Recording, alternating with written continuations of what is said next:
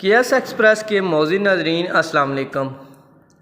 नाज़रीन, drama serial ख़बस अपनी मुनफरिद कहानी की वजह से अवाम में मकबूल हो रहा है। ड्रामा में इशना शाह और फ़ेरोज़ ख़ान को मरकज़ी किरदार के तौर पर दिखाया गया है।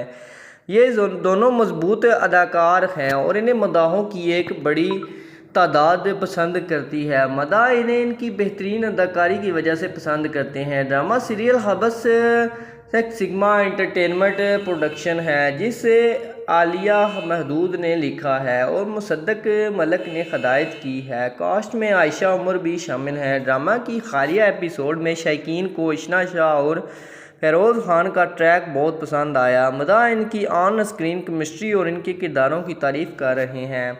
इन्हें आयशा की तरफ बासत की बतदरीज और फितरी कशिश बहुत पसंद थी। मदाह इस जोड़े के लिए मीठे वीडियो में मैशअप भी बना रहे हैं। वो अच्छी तरह से बने हुए एपिसोड की तारीफ़ कर रहे हैं, जिसमें दोनों के दरमियान मतअद्दद बातचीत हुई है। एक मदाह ने लिखा, केमिस्ट्री स्क्रीन के ज़रिए चीख रही है।